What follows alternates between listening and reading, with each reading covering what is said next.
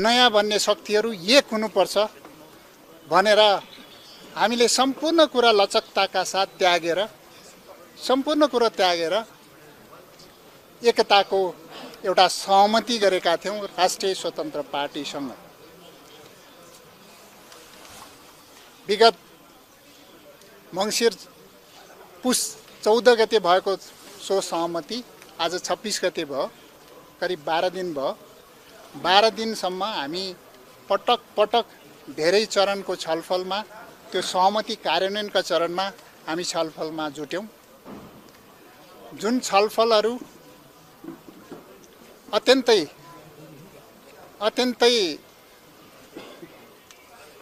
हिंताबोधका साथ हामीले अगाडि बढाउनु पर्ने अवस्था आयो। एउटा अन्डरस्ट्यान्डिङ, एउटा सहमति 14 गतेको सहमतिमा भएको थियो, भद्र सहमति भएको थियो। लिखितमा नभएका सहमतिहरू पनि धेरै थिए, अलिखित सहमतिहरू धेरै थिए। कसरी कार्यान्वयन गर्ने यो एकीकरण प्रक्रियालाई भन्ने अलिखित सहमतिहरू थिए। त्यो सहमतिहरूमा हाम्रो कुनै किसिमको ठुलो माग पनि थिएन। यसलाई कार्यान्वयन गर्दै छिटोभन्दा छिटो कार्यान्वयन गर्दै जाउँ भन्ने हाम्रो माग थियो। मैले यो सहमतिको चरणमा र हाम्रो साथीहरूले कुनै ठुलो त्यस्तो डिमान्ड राखेको पनि थिएन। अहिले जुन किसिमले बाहिर मिडियामा धेरै कुराहरू आएको छ, हामीले पदको ठुल्ठुलो बार्गेनिङ गऱ्यौँ, ठुल्ठुला चाहिँ विषयहरूमा धेरै बार्गेनिङ गऱ्यौँ भन्ने जुन कुरा आएको छ त्यो सरासर गलत हो। म आफै पनि एउटा उपाध्यक्ष, त्यो पनि धेरै वरीयता क्रममा धेरै तल भएर पनि मैले सहेर गएको थिएँ र मैले आज अन्तिम चरणमा मैले सहमतिको लागि एउटा प्रस्ताव पनि गरेको थिएँ। म एउटा साधारण सदस्य भएर, रासोपाको एउटा साधारण सदस्य भएर बस्छु।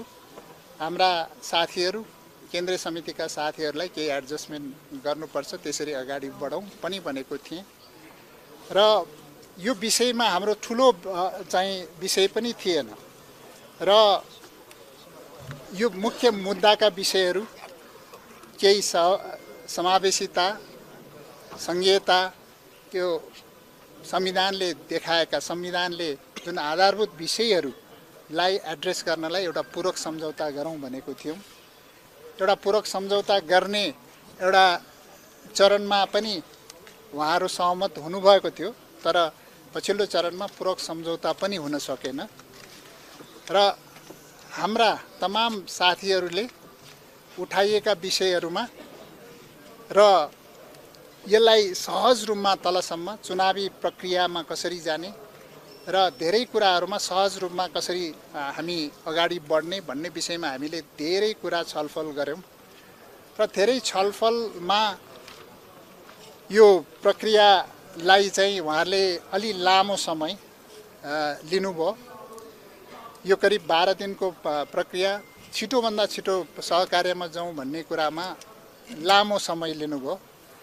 समानुपातिकका विषयमा पनि धेरै कुराहरू चाहिँ लामो समय लिनुभयो। हामीले सबै कुरा समानुपातिकको वास्तवमा भने सबै कुरा त्यागेर छोडेर र तपाईँहरू सबै हिसाबले अगाडि बढ्नुस् भनेर हामीले छोडेकै थियौँ र यो लामो समयसम्म एउटा इन्गेज गरेर बस्नु पर्दाखेरि साँच्चीकै उज्यालो नेपाल पार्टीले ठुलो क्षति ब्याउनु परेको छ र अन्तिममा आएर, आजको दिनमा आएर, अन्तिम दिनमा आएर एकतर्फी रूपमा उहाँहरूले यो सहमति भङ्ग भएको घोषणा गरिदिनु भयो।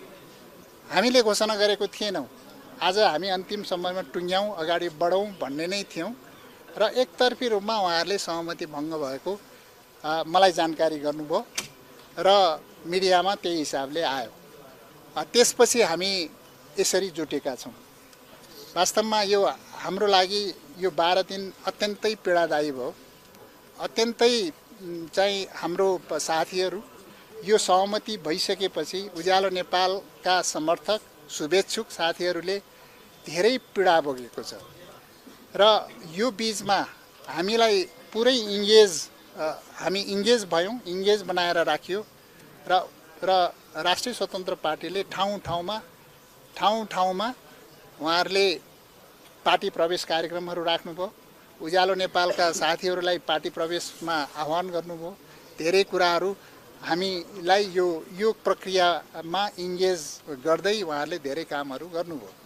हामीले केही पनि बोलेका थिएनौँ, केही पनि गरेका थिएनौँ। ठिक छ, एउटै भएर जाने हो, किनभने जनताले खोजेको आजको आवश्यकता भनेको एउटा शक्ति बन्नुपर्छ।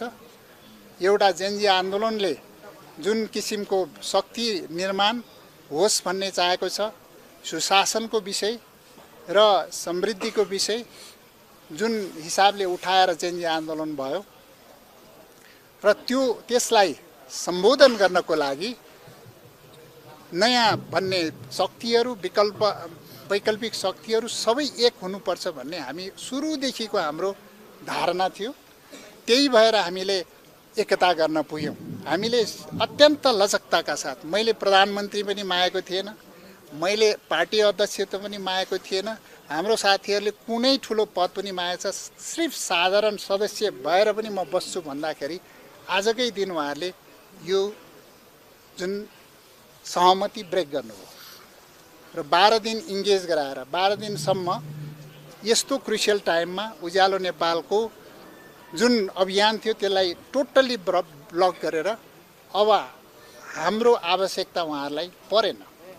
अब हामी नभए पनि उहाँहरू अगाडि बढ्न सक्छौँ भन्ने एउटा सङ्कल्प र विश्वासका साथ उहाँहरू अगाडि बढ्नु भएको छ।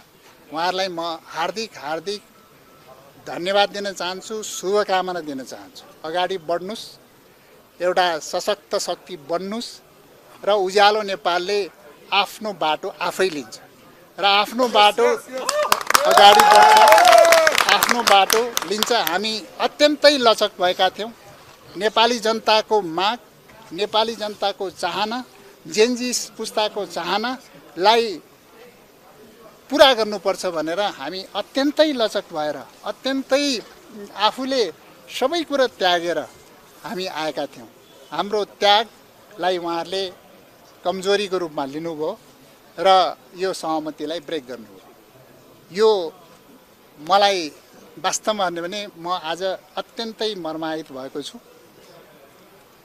यो अवस्था आउँछ भनेर मलाई लागेको थिएन। यो 12 दिन मेरो लागि ठुलो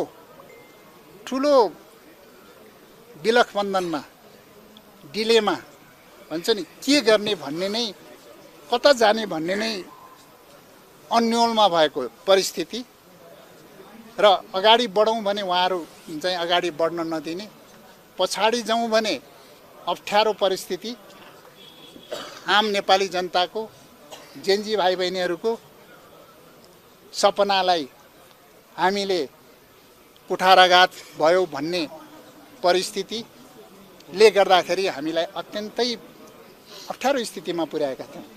हामी जुन बेला सहमति भएका थियौँ 14 गते समानुपातिक भर्ने अन्तिम दिन थियो। त्यो 14 गतेको अन्तिम दिनमा राति 9 बजे 8-9 बजे यो सहमति भएको। हामीले त्यसको दर्ता पनि गर्न पाएनौँ, समानुपातिक पनि दर्ता गर्न पाएनौँ र त्यसबेला जेनजीका साथीहरू सुदन गुरुङ लगायत उहाँहरूले मिल्नुपर्छ दाइ, यसरी चाहिँ हुँदैन भनेर म 5 बजे उहाँहरूसँगै गएर, जेनजीका साथीहरूसँग गएर मैले त्यहाँ एउटा, म जुनसुकै छोड्न तयार छु, मिलौँ भनेर उहाँले जबरजस्ती लगेर चाहिँ त्यहाँ गएर म मिल्नुपर्छ, उहाँहरूकै अनुरोध अनुसार पनि यो मिल्नुपर्छ भन्ने कुराहरूमा चाहिँ मिल्नुपर्छ र सबै एउटा जेनजीका साथीहरूको चाहिँ भावना र सम्पूर्ण नेपाली जनताको भावनालाई कदर गर्नुपर्छ भनेर हामीले सहमति गरेका थियौँ। त्यो सहमति कार्यान्वयन हुन सकेन। त्यो सहमति कार्यान्वयनको चरणमा धेरै समस्याहरू आयो र हामीले अन्तिम चरणमा सबै छोडेर पनि सहमति कार्यान्वयन गर्ने भनेर हिजो बेलुका मात्रै हामीले निर्णय पनि गरेका थियौँ। त्यही केही कुराहरूमा स्पष्टता गरेर अगाडि बढ्ने भनेर गरेका थियौँ। तर त्यो कुरा गर्दा गर्दै उहाँहरूले आज एकतर्फी तोड्नुभयो। त्यो भएको हुनाले आज हामी पनि बाध्य भएर अहिलेको परिस्थितिमा एक्लै भए पनि अगाडि बढ्नुपर्ने परिस्थिति आएको छ। यो परिस्थितिलाई तपाईँहरूले बुझिदिनु हुन म अनुरोध गर्दछु।